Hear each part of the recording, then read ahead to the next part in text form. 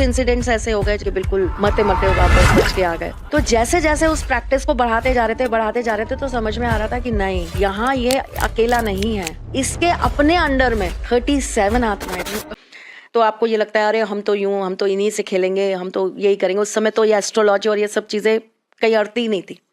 तब तो ऐसे ही केसेस लेने में मजा आता था कि आओ लाओ देते हैं, करते हैं, कैसे नहीं जाएंगे, हम देखते हैं, हम कंट्रोल करेंगे। लेकिन कुछ इंसिडेंट्स ऐसे हो गए जिसमें बहुत बुरी वाली शरीर पर बात आ गई, बहुत हर्ट होने लगा, बहुत हार्म होने लगा शरीर में, और कई स्टेजेस तो ऐसी आ गई कि बिल्कुल मरते मरते वापस बच के आ गए।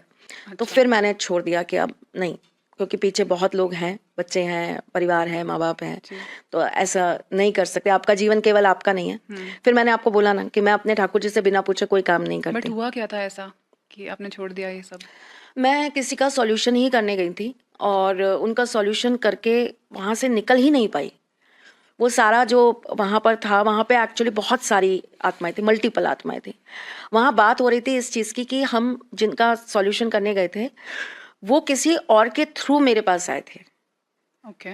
और उन्होंने आकर ये बोला कि वो हमारे फैमिली के मेंबर हैं और मेरी दीदी के वो ससुराल वाले हैं, उनके घर में प्रॉब्लम हो रही है। उन्होंने बोला मेरी दीदी की ननद है, तो उन्होंने कहा कि उनके घर में बहुत दिक्कत हो रही है जिसकी वजह से मेरी बहन का लाइफ जो है वो बहुत ज़्यादा तकलीफ़ों में है। मैंने ठाकुर जी से पूछा, ठाकुर जी ने मुझे बोला कि संभल के जाना, चीज़ें जैसी दिख रही हैं वैसी है नहीं।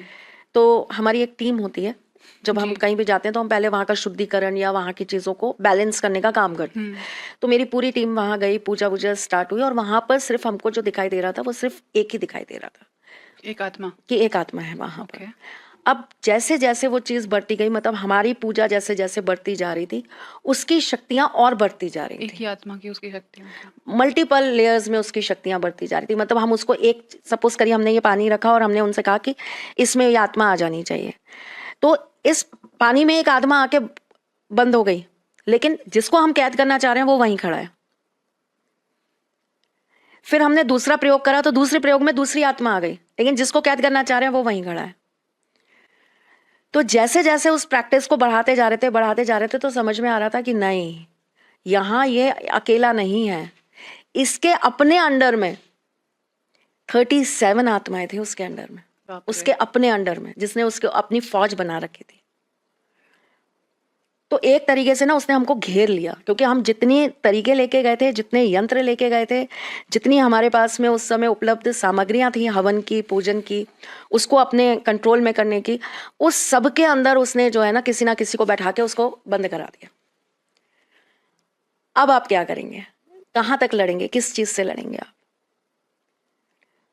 फिर ठाकुर जी को याद किया गया, फिर ठाकुर जी को बुलाया कि भाई आप बताइए, कुछ तो मदद करिए। गुरुओं को, अपनों को बोला कि आप तो बुरे फंस गए, आप बताइए क्या करेंगे। चलिए, मैंने कहा ना कुछ चीज़ें हैं कि बहुत शायद अच्छे कर्म करे होंगे, जो मेरा एक बैकग्राउंड बहुत सॉलिड है, मैं बहुत सॉलिड बैकग्राउंड से आती हूँ, इसलिए मैं अटकते अटकते भी चीज़ों से बाहर निकल आती हूँ। तो वही आप मान लीजिए कि कुछ गुरुओं का आशीर्वाद रहा, ईश्वर का बहुत बड़ा सहयोग रहा। एक ऐसी चीज़ उस समय वहाँ पर टीम में बैठे हुए लोगों को एकदम से क्लिक कर गई कि ये चीज़ करेंगे ना तो जितनी भी होंगी वो यहाँ आएंगी ही आएंगी, इस घेराव में, इस जगह पर। जितनी भी होंगी, 5 होंगी, 10 होंगी, 15 होंगी, 20 होंगी, जितनी भी होंगी, 100 भी होंगी ना तो 100 भी आएंगी इस घेराव में। और कुछ टाइम का हमको, कुछ टाइम लिमिट मिल जाएगी हमको कि हम फिर यहाँ से निकल सके एक बार को, फिर और ज़्यादा पावर के साथ दोबारा वापस आना पड़ेगा। लेकिन इतना अच्छा वो रहा हमारा, वो डिसीजन इतना अच्छा रहा उस क्रिया को करने का उस समय, कि हमने जो पात्र लिया था जिसके अंदर हमने उनको सबको बैठाने का सोचा था कि ये सारी की सारी इसमें आ जाएंगे इस वक्त, वो हमारा इतना अच्छा डिसीजन रहा कि वो सारी आत्माएं उसमें चली भी गई और कैद भी हो गई।